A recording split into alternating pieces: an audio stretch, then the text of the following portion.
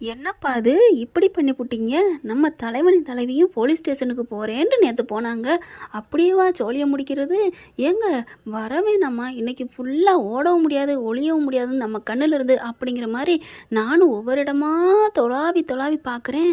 வீக்காவை காணா. நம்ம செல்ல குட்டிங்க இல்லாமல் இன்றைக்கி சூ அப்படின்னு போச்சுங்க. சூ அப்படின்னு சொல்கிறதா சே அப்படின்னு சொல்கிறதான்னு தெரியல. அந்தளவுக்கு நமக்கே வெறுத்து போச்சுங்க. என்னதான் இருந்தாலும் நம்ம தலைவன் தலைவி கொஞ்சோன்னு ஒரு கருகப்பிள்ளை மாதிரியாவது கொடுத்தா தாங்க மனமாக ருசியாக இருக்கும். என்னமோ போங்க, யாரெல்லாம் என்ன மாதிரி ஏமாந்தீங்க அப்படின்னு கமெண்ட்ஸில் சொல்லிடுங்க. ஏன்னா நம்ம எல்லாருமே வீக்காவுக்காக தானங்க மகாநதியை பார்க்குறோம், இல்லைன்னா வேறு எதுக்காக பார்க்குறோம்? என்னை பொறுத்த வரைக்கும் நான் விஜய் காவேரி இந்த 2 செல்லங்களுக்காக தான் பார்க்குறேன். இன்றைக்கி இல்லாமல் என்னண்டோன்னு போச்சு. அதை விட கடைசியில் வச்சாங்க பாருங்க ட்விஸ்ட்டு. ஆளுங்க யாருமே இல்லைன்னு தெரிஞ்சுக்கிட்டு அந்த பசுபதி ஆட்கள் அனுப்பிடுறான். வந்துட்டு செம்மையாக பேசுகிறாங்க, பொறிக்கிங்க என்ன பண்ணு தெரியுமா அப்படின்னு சொல்லிட்டு அடி தூள் பறக்கிறாங்க. எல்லாத்தையும் அடித்து நொறுக்க ஏற்கனவே நம்ம ராதா சித்தி அவங்க இதில் இன்ஸ்டாவில் போட்டிருந்தாங்க போஸ்டிங், அடிக்கிறாங்க சம்பவம் பெருசு அப்படின்னு சொல்லிட்டு அதே மாதிரி தான் அடிக்கிறாங்க. இப்போ என்ன பண்ணுறாங்க, கங்காவை தள்ளி விட்றாங்க. பிடிச்சி வயிறு வலிக்க ஆரம்பிச்சிருது. அம்மா அம்மான்னு கத்துறாங்க, துடிக்கிறாங்க. இவங்க இந்த வீட்டை தலகளாக புரட்டி போட்டு என்னென்ன பண்ணணுமோ எல்லாத்தையும் அடித்து போட்டு போயிடுறாங்க. ஒழுங்கு மரியாதையை வாபஸ் வாங்க சொல்லு உன் பேரனை, இல்லைன்னா உனக்கு இதே கதி தான் அப்படின்னு வான் பண்ணிட்டு போகிறாங்களா. இங்கே பார்த்தா கங்கா துடிக்குது, அழுகுது, அம்மா அம்மான்னு சொல்லிட்டு அடுத்து இருடின்னு கொஞ்சம் கொஞ்சமாக கசாயத்தை காய்ச்சி கொடுக்குறாங்க. ஒன்றும் இல்லைன்னு பாட்டி வைத்தியம் பண்ணுறாங்க. ஹாஸ்பிட்டலுக்கு போமா அப்படிங்கிறல இந்நேரத்தில் எப்படி போகிறது, காவேரிக்கு கால் பண்ணு அப்படிங்கிறாங்க. வேணாம்மா அவள் போட்டும், எனக்கு ஒரு மாதிரியாக இருக்குமா அப்படின்னு சொல்லிட்டு கீழே வாடி ஆஸ்பத்திரிக்கு போவோம் அப்படிங்கிற இங்கே விஜய் காவேரி வந்துடுறாங்க. வந்த கையோட பார்க்குறாங்க. பார்த்துட்டு என்னாச்சுக்கா என்னாச்சு? ஒன்றும் இல்லடி அப்படின்னு சொல்லல. வாக்கா நம்ம ஆஸ்பத்திரிக்கு போவோம். வேணாண்டி நீ சும்மா இருக்கா அப்படின்னு காருக்குள்ள அள்ளி போட்டு என்ன நடந்தாலும் எதையுமே அவங்க பார்க்கல. கங்கா மட்டும் தூக்கிட்டு போகிறாங்க. இங்கே கூட்டி போய் ஆஸ்பத்திரியும் காமிச்சிட்டு ஒன்றும் பிரச்சனை இல்லை, குழந்தைக்கு ஒன்றும் ஆகலை அப்படின்னு சொல்லிடுறாங்க.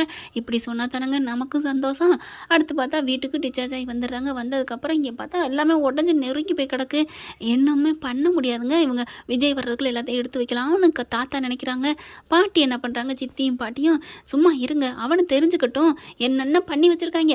இதை தானே நான் அன்னையிலேருந்து அடிச்சுக்கிட்டே ஏன் நான் அப்படி புலம்புனேன், அந்த பசுபதினால நமக்கு பிரச்சனை வரும்ன்ட்டு அப்படிங்கிறாங்க. என்னம்மா கல்யாணம் நினைக்கிற, என்ன பேசுகிற? அப்போ அவனால் பிரச்சனை வருங்கிறக்காண்டி காவேரி ஒதுக்கி வைக்க முடியுமா? இல்லை அவள் வயிற்றில் வளர்கிற வாரிசு நம்ம பிள்ளை இல்லைன்னு சொல்லிட முடியுமா? இன்னைக்கு விஜய் இன்னைக்கு நல்லா சந்தோஷமாக இருக்கானா அது அவளால் தான். நீ எல்லாத்தையும் பழசு மறந்துட்டு பேசாதம்மா அப்படின்னு தாத்தா சொல்லிட்டு இருக்காங்க. வண்டி வந்துடுது, வண்டி வருது அப்படிங்கல உள்ளுக்க வராங்க. மெல்ல கூட்டிகிட்டு வந்து நீங்கள் கொண்டு ரூமில் ரெஸ்ட் எடுக்க வைங்க அப்படின்னு அத்தைக்கிட்ட விஜய் சொல்ல, இருக்கட்டும் தம்பி அப்படின்னு சொல்லிட்டு சாரதா நிற்கிறாங்க. அடுத்து பார்த்தா அப்போ தான் நிமிந்து பார்க்குறாரு. என்ன எல்லாம் உடஞ்சி கிடக்கு என்ன அப்படின்னு பார்க்க, ஐயோ என்ன பண்ண போகிறது இல்லை, ஒன்றும் இல்லை தம்பி அப்படிங்கல. இருங்க தாத்தா பாட்டி என்ன நடந்துச்சு என்ன அப்படிங்கல. சித்தப்பு வந்து அப்படியே பம்மிட்டு நிற்க, என்ன நடக்குதுங்க அப்படிங்கல. எல்லாம் ஒடிஞ்சு கிடக்கு.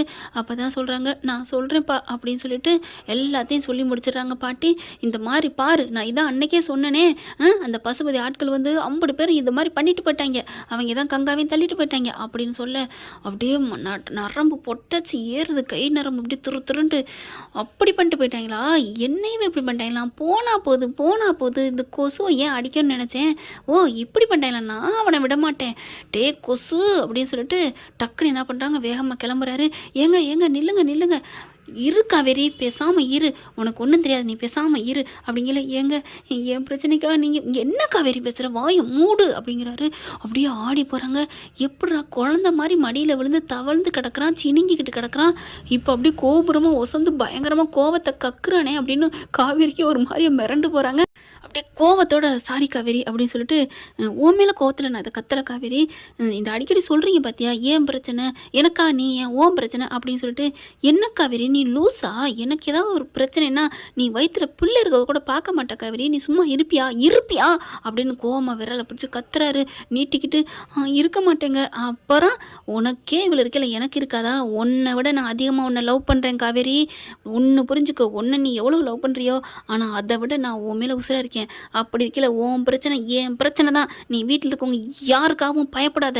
இங்கே பாருங்கள் உங்கள் எல்லாருக்கும் சொல்லிக்கிறேன், ஐயோ நம்ம புள்ள வாழ்க்கை நம்ம பேர வாழ்க்கை இவளுகளால் தான் கெட்டு போச்சு வச்சு போச்சு அப்படின்னு யாரும் இங்கே சொல்லக்கூடாது. காவேரி தான் நான் தான் காவேரிக்கு ஒன்றுனா நான் 100 மடங்கு இறங்கி செய்வேன். இப்போ தெளிவாக சொல்கிறேன் கேட்டுக்கோங்க. அவளுக்கு நான் என் உயிரை கூட கொடுப்பேன், என்ன வேணாலும் செய்வேன். சும்மா ஒன்னால தான் என் பிள்ளைக்கு எப்படி ஆயிடுச்சுன்னு காவேரி பற்றி ஒரு வார்த்தை யாராவது இப்போ சொன்னீங்க நான் போனதுக்கப்புறம் அப்புறம் அந்த வீடே இல்லாமல் தரமட்டமாக இடிச்சு போட்டு என் புள்ளை என் பொண்டாட்டி கூட்டிட்டு எங்கேயோ போயிடுவேன். காவேரி நீ தைரியமாயிரு, யாருக்கும் பயப்படாத சொல்லிட்டேன். யாருக்கும் பயப்படணுன்ற அவசியம் இல்லை. நீ விஜய் பொண்டாட்டி, இந்த வீட்டுக்கே மகாராணி. தெரிஞ்சுக்க காவேரி, நீ என்னை பற்றி பயப்படாத, நான் வெறியில் இருக்கேன், நான் வர்றேன் அப்படின்ட்டு நிவினுக்கு கால் பண்ணிட்டே போகிறார். நிவின் இந்த இடத்துக்கு வாங்க அப்படின்னு சொல்லிட்டு போகிறாங்க. காவேரி சாரதெல்லாம் ஆடி போய் நிற்கிறாங்க. கங்கா பார்க்குறாங்க, என்னடி உன் புருஷன் இவ்வளோலாம் கோய்ப்பாரா? அக்கா இதை விடலாம் கோய்ப்பாருக்கா. யாருக்கிட்டடி? உங்ககிட்டயா? ஏங்கிட்ட இல்லை, அவருக்கு உண்மையிலே கோவம் கோணும், என்னால் தாக்கா அவர் சாந்தமாக இருக்காரு அப்படின்னு சொல்ல தாத்தாவும் பாட்டியும் வர்றாங்க. வந்துட்டு நிமிர்ந்து பார்க்குறாங்க. ஒன்னால தாண்டின்னு சொல்ல வாய் எடுத்துட்டு அப்படி கையை தூக்க தாத்தா கையை பிடிக்கிறாரு. உன் பேரன் சொல்லிட்டு போனதெல்லாம் ஞாபகத்தில் இருக்கா கல்யாணி அப்படிங்கல அப்படியே வாயை மூடிட்டு கிளம்புறாங்க. சித்தப்பன் வாரேன். சித்தப்பனையும் அவங்க பொண்டாட்டி ராதா என்ன பண்ணுது, கையை பிடிச்சிட்டு ஏங்க அவன் சொல்லிட்டு போனது ஞாபகம் இருக்கா? வீட்டை தரமட்டமாக ஆக்கிடுவாங்க. விஜய்க்கு வாயில் வருதுன்னா அது மனசுலேருந்து தான் வருது. செய்கிறதான் சொல்லுவான், சொல்கிறதான் செய்வான். அதனால வாயை மூடிட்டு வரீங்களா அப்படிங்கிற அன்பும் போயிடுறாரு. பாட்டியும் சாரதா கங்கா 3 பேரும் ஆடி போய் நிற்கிறாங்க.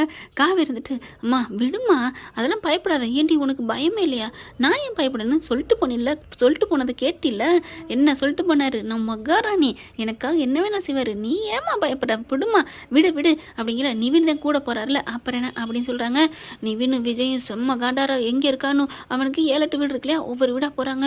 கடைசியாக இன்னொரு வீட்டுக்கு போகிறாங்க. இங்கே பார்த்தா அவங்க ஜாலியாக அப்படி சரக்கு போட்டுட்டு என்ஜாய் பண்ணிட்டு இருக்காங்க. இங்கே அடிச்சு போன ரெவடிங்க எல்லாரும் சேர்ந்துக்கிட்டு ராகினியுமே ரொம்ப ஓவர தாங்க பண்ணிக்கிட்டு இருக்கு. அடுத்து பார்த்தா போன கையோட சும்மா அடிச்சு தூள் கிளப்பிடுறாருங்க விஜய்.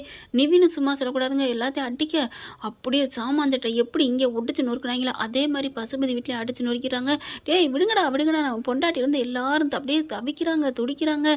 சும்மா விட மாட்டேன்டின்னு சொல்லிட்டு ஒரே குட்டுப்பு ராகினி வாயில் ஒரு குப்புக்குன்னு குமுக்குன்னு குத்துறாரு பாருங்க. பொலன்னு ரத்தம் கொட்டுது. என்னடி நினச்சிட்டு இருக்க அப்படின்னு சொல்லிட்டு, சொல்லுடி என்ன நினச்சிட்டு இருக்கிய அப்படின்ட்டு பசுவை பிடிச்சி சும்மா குமுறுன்னு குமுறாங்க. ரவுனி எல்லாத்தையும் ஒத்த வரல அப்படி சுற்றி பந்தாடுறாரு. அதுக்கப்புறம் எங்கடா என் ப்ரோ குமரன் எங்க அப்படிங்கிற, அது வந்து அப்படிங்கிற சொல்கிறியா இல்லையா அப்படின்னு சொல்லிட்டு மறுபடியும் அடின்னு அடிக்கிறாங்க. வேறு வழி இல்லை, என்ன பண்ணுறதுன்னு தெரியாமல் குமரன் இருக்கிற இடத்தையும் சொல்லிடுறாங்க. அப்புறமா போலீஸை சொல்லி ஃபோன் பண்ணிடுறாங்க. போலீஸ் வந்து கொத்தாளிட்டு போகிறாங்க. போகிற போக்கில் என்ன பண்ணுறாங்க, அன்பு சும்மா விடுறதுன்னு ராகினி என்ன பண்ணுது, இதுக்கெல்லாம் காரணம் உங்கள் சித்தப்பா தான், அவர் தான் இந்த மாதிரிலாம் ஐடியா கொடுத்தாரு அப்படின்னு சொல்ல, ஓ அவர் தானா, அவருக்கு இருக்குது கச்சேரி அப்படின்னு சொல்லிட்டு அங்கேருந்து கிளம்புறாங்க. குமரனையும் காப்பாற்றி கூட்டி வந்துடுறாங்க. அடுத்து பார்த்தா இங்கே வரையில் அன்பு பாட்டுக்கு பாவம் சாதாரணமாக தான் இருக்காரு. அன்பு போன கையோட மண்டையில் போய் நங்கு கொட்ட, டே என்னடா எதுக்குடா ஏன்டா அப்படின்னு சொல்லிட்டு கத்துறாரு. சித்தப்பு இருந்துட்டு, என்ன நினச்சிட்டு இருக்கிய, நீங்கள் தான் எல்லாத்துக்கும் காரணமே. நான் என்னடா பண்ணேன், எல்லாத்தையும் அந்த ராகினி போட்டு கொடுத்துட்டா அப்படின்னு விஜய் சொன்ன. அவள் போட்டு கொடுத்துருக்காடா போகிற போக்கில் சூன்னு, என்னாலாம் இதுக்கு எனக்கு எந்த சம்மந்தமும் இல்லைடா அப்படின்னு அன்பு அழுகிறாரு. ராதா வந்துட்டு, ஆமாப்பா சித்தப்பா ரொம்ப திருந்திட்டாருப்பா, அவருக்கு போகிறதுக்கு புகலிட்ட இல்லைப்பா, அவளுக்கெல்லாம் நாடகம் ஆடுறாளுக பொல்லாதவன்னு தெரிஞ்சிருச்சு, இப்போ அவருக்கு சொத்து சோம்லாம் தேவையில்லைப்பா அப்படிங்கிறாங்க.